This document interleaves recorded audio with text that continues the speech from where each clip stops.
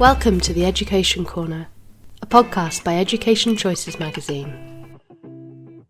Education Corner podcast is thrilled to welcome Julia Martin, CEO of the Independent Schools Examination Board, ISEB, and Dr. Kathy Weston, the founder of Tooled Up Education. They're joining us today to discuss the new partnership between ISEB and Tooled Up, the Parent Power Toolkit. This consists of resources designed to help parents and guardians prioritise their child's mental health and wellbeing during the academic admissions process. To start with, we'd like to hear a little bit more about you both and your backgrounds and journeys towards where you are currently. Perhaps if, Julia, you could begin. Thanks for having us. So I'm Chief Exec at the ISEB, the Independent Schools Exam Board.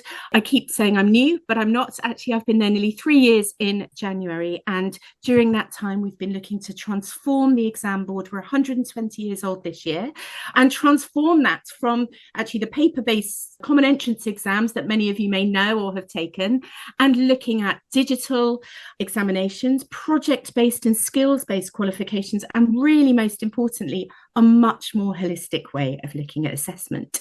Before that, I was a teacher of English and music A-level, which I do miss from time to time. I've also worked in higher education in schools, and I continue on as the boards of FE colleges as well. So education is my life, but I wouldn't have it any other way. And Kathy.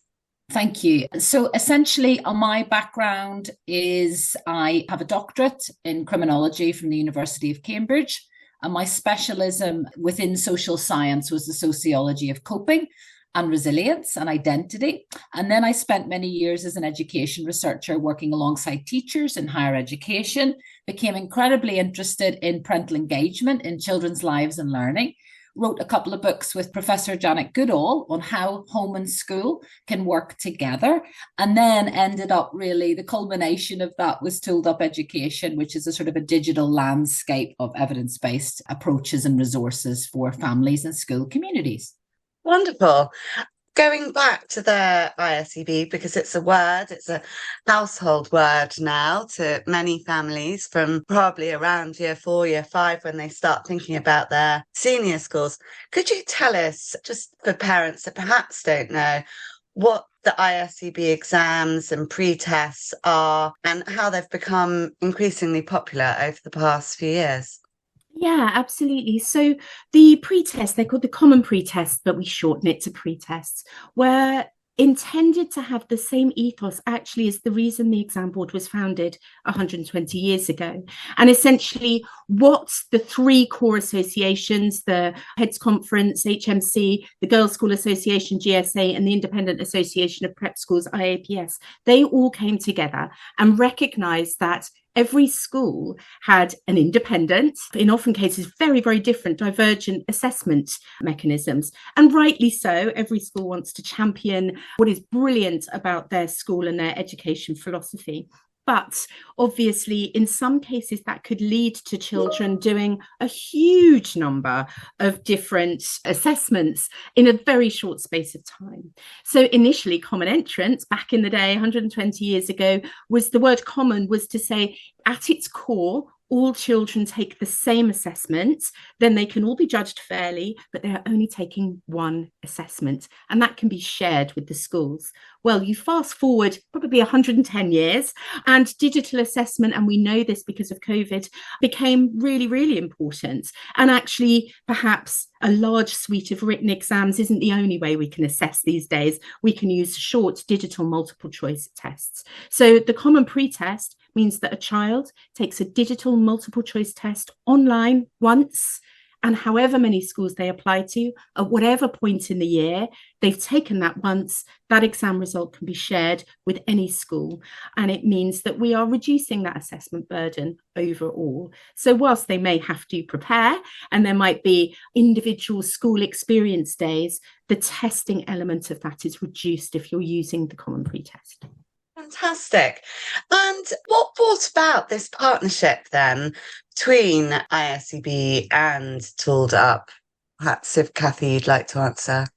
So essentially, I think nationally, there's been a greater interest in children's mental health and well-being. The pandemic has certainly amplified the fact that, for example, anxiety is one of the largest mental health conditions affecting children and young people. We know children have to face tests, exams in all aspects of their educational journey. And it's really about knowing what we can do to make sure that we reduce, not eliminate, but reduce academic anxiety to enable children to thrive as optimally as possible. And the beautiful thing is that we know that little things that parents do at home can have a tremendous difference in that regard. So this is about balance. It's about educating parents as to the small things that they can do in their busy lives that can really optimize thriving, reduce opportunity for mental distress, to take foot, and make sure that we're doing everything in our power to give that child the best chance of doing well academically. So it's a recognition of the importance of mental health and well-being for academic thriving, if that makes sense. And that partnership brings together two organizations passionate about all of those things and really trying to make things easier for parents. I've been through that process myself. My own children did all of those pre-tests and all of those common entrance exams and scholarship exams. I know what it feels like. And I think it's very exciting that we've come together in order to make life easier, but also to make sure that parents really can hit the ground running in a way that doesn't compromise their child's mental health. Yeah, it's a very, very stressful time for many families worried about where they're going to go and what's going to happen. Can you tell us a little bit about what will be included in the Parent Power Toolkit? Yes, so it's a sequence. There's a pack, but there's a sequence of sort of content that takes a sort of a pathway from thinking about all of the things that we can do at home right up to, the day of the exam, the night before exams, and thinking about the foundational elements of good mental health, psychological preparation. That sounds quite complex, but actually a lot of the first pack, for example, focuses on things like the power of the home learning environment. When parents are thinking about what might be within an exam, the fact that children might have to have quite a high level of vocabulary or good math skills. If parents understand some of the little things, again, that can happen in how you can embed learning into family life, how you can develop your child's oracy or vocabulary acquisition through dialogue around the dinner table, it's very exciting. So that first pack is about the power of parent power, the power of the home learning environment. And then it moves into the space of effective revision. What does that look like? How can we make it fun? How can we be engaging? How can we make sure that we are taking care of our children's self-esteem first and foremost? So that it's a beautiful sort of balancing act. And the parent pack just takes them on a little journey, sort of psychologically, of how they can prepare their child at every stage of the journey so that they are feeling good about themselves and able to sort of run into that exam, feeling, they've done everything in their power to prepare. They feel good. They're ready for anything that can happen, plan A, B, or C. So it takes that sort of sequential approach. And I really developed those sorts of resources based on certainly my own experience of taking children through that sort of exam process. The beautiful thing is that pace is everything. Preparation is everything. And part of that preparation is psychological. So that's really where the combination of approaches between Tooled Up and ISEB come to the fore. Could you just talk a little bit about the value of these shared assessments, not just from an assessment board perspective, but also a pupil wellbeing perspective? Yeah, absolutely. So from an exam board perspective, actually to do a shared test is really hard maths. It's a lot of digital operation and development at the back end. So we spent a really long time doing that with another of our partners, Century. And we've got a really brilliant, robust system there, because what the aim of that shared test was to do was actually reduce stress across the board. So actually, if you think about all the different agents in that exam process, we have the child themselves, but we've got the school who have to put them into those exams, the senior school who will be receiving the test results, and they've got their own big admissions process to go through. And of course, we've got the parents as well. So actually, part of what we did when we changed it recently, and this is why the Parent Power Toolkit with Dr. Kathy and Tooled Up is so important, is we started to recognise how important the parent is in that process. So we opened up the registration process actually to start to involve parents more so that they could start to feel more in control. And again, overall, what we found is by really working hard on having a good, robust, easy to use system that's designed not with the exam board in mind, but with the schools, their administration processes, the parents and everything they have to do when they're doing these school applications. We've started to de-stress the whole process. Administratively, it's much easier. From a pedagogical perspective, one test that children know that they are ready for is always going to be better than sort of myriad tests at multiple schools. And again, when we're thinking so clearly about the impact, particularly of the pandemic and the residual effects on children's wellbeing and mental health, when we think about the huge narrative around changing assessment and reforming assessment as a result of that, it's really important actually that, you know, the shared test really starts to come into its own, because a child will know what they're doing. We put all of our frameworks up there. Dr. Kathy's been helping us really think about those messages around holistic preparation and what's the optimum way to prepare your child. And so through really scrutinizing every aspect of the process, from the school through to the parent and the child, and think about everybody's experience, that shared test really starts to put the power in the right hands. And as I say, imagine how stressful it is to be 11 years old and preparing for goodness knows how many tests. Schools that are using ours, they share those results. It's all done automatically, which is wonderful. So the tech just does its job.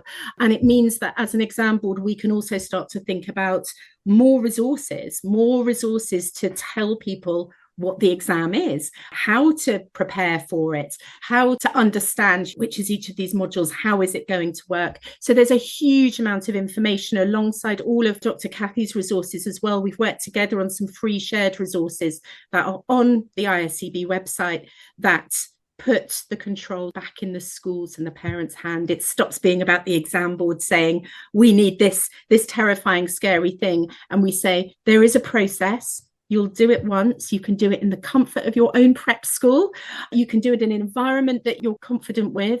Prep schools know what the test is so that they can really support young people through it. And we felt really the last piece of this puzzle is to ensure that we are really talking about that holistic assessment and that we are concentrating on wellbeing too. Be able then to talk to us about the services that Tooled Up Education provides and kind of how it will benefit parents and families preparing for these exams.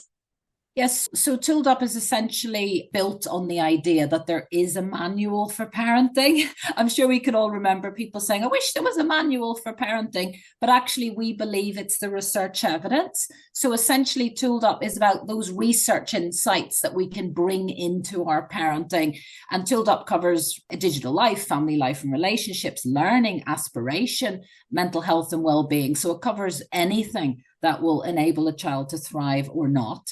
And essentially, this partnership with ISEB is taking a strand of our work and really transforming it into a product that parents can usefully use at home over this period of time and feel very supported on that journey. Sometimes it could be very stressful for the parents to worry and think about assessments and exams, but actually the parent pack, you feel like you've got a friend with you every step of the way. You've done one section of it, you can move on to the next one. And all of our resources and ideas and tip videos for the parent pack are essentially designed to inspire parents, empower parents, but also to give them a sense that what they're already doing is good enough as well. Sometimes you can worry, are you doing enough? are you doing the same amount prep as other parents? But actually the parent pack gives them the confidence to do what we know works in family life in a way that will hopefully feel good, both for the parent and the child. What do you both view as the benefits of this more adaptive online testing in comparison to the traditional formal written exams that obviously historically everyone took? With adaptive testing, I think the things that we can do now with technology are brilliant, and I think it's here to stay. And I think embracing it is the right thing to do. From a very nerdy assessment design perspective, actually, the written exam as an assessment construct, as a design, really suits assessing certain types of things. Actually, it can be very secure and it's very good for testing certain types of things. But actually, what's happened with written exams is they've been adopted sort of wholesale as the method by which we collect evidence to make a decision. And actually, as assessment designers, as an assessment board, one of the things we suddenly thought is, well, what are we testing?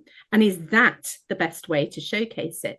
So as I say, it's not to decry the power of the written exam because it's a great construct, but what the digital and specifically the adaptive test does is it starts to think about things differently. Instead of us having to rush and go, crikey, the way in which I'm going to succeed at this exam is by answering as many questions as I can, as quickly as possible. The adaptive test will adapt to the way in which you answer. So what it does is it sends you some anchor questions. So the tech will get an idea for the level at which you sit. And then thereafter, it will feed you questions to essentially help come to a level for maths, English, verbal reasoning, and non-verbal reasoning that the technology can see that you've got to. And it's age standardized against thousands of children from all across the world. So we know it's highly accurate. And in fact, we know that it's got a really high reliability rate. But what it means is that a child is progressing forward at a pace that is genuinely where they're at. So instead of us thinking, right, we've got to rush through to get to the hard questions to have more thinking time, that's simply not how it works. They work through questions that are determining two things. Yes, the level they're at in that subject, but their consistency. And that is actually the more you answer questions at a level consistently, it will determine that and feed you questions that help understand where you are. And I think very often, and this is why we want to do these podcasts and put as many resources out as possible, the amount of times I get questions from parents saying, do I need to do more practice? I can only find 1,000 questions online. You know, we're trying to make them go faster. They're just not quick enough with their maths. And what we want to say is this is not what we call a test of power, i.e. how quickly you can plow through things. This is about finding a level that is accurate for where you are today. And this is why the test, although a senior school will get a result, that result is not about pass or fail. There is no pass mark for the common pre-test. And the reason for this is that the test is intended to be used by the school as a way of getting a picture about maths and English and their level at the moment, and also their potential in the future for maths and English skills. What the school isn't doing is, no school does this, is take that and think, right, the highest level here, that's the only method by which we will allow entry into the school. Like I said, that's the power of being able to talk about how the assessment works. Schools will interview. They'll hold wonderful assessment days of their own where they're looking at team building and fit with the culture. And they will also get a report from their head. There are so many metrics that a school uses, of which this assessment is only one. And if we could give you one message about this, that an adaptive test in this way is actually about just showing where you are today. It's not a pass fail. It's not a test of power and speed. It's just about giving an accurate picture so that the school can concentrate on who you are as a person. Are you going to be right for that school? We always say to parents, and this is why the Parent Power Toolkits are so important, is that with Kathy, we can start to send that message. It's not about relentlessly sticking your heads in the books and lots of revision. It's about the conversations that you have. The science says you will do better on any test if you are not clenched up and stopping all the wonderful information flow and the oxygen to your brain. And so this is why we think this holistic preparation is so important, because actually the assessment itself has been designed to showcase who you are now, and it's not how good are you at maths. It just simply isn't that kind of assessment. So thank you actually for asking that question. Just a silly thing, but I'm aware that a lot of the testing, it's obviously multiple choice. How are you looking at assessing writing? So at the moment, we are in development with a brilliant company called RM for a creative writing assessment that uses comparative judgment. It's very exciting.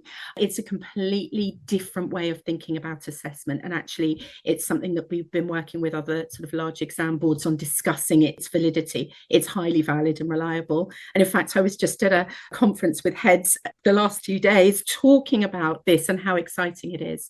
What this will allow schools to do, and in fact they're going to start looking at it this year, is it will allow schools to either set a sort of interesting question or allow children's imaginations to run free. It puts the power in the school's hands to think about the kind of writing that they would like to see.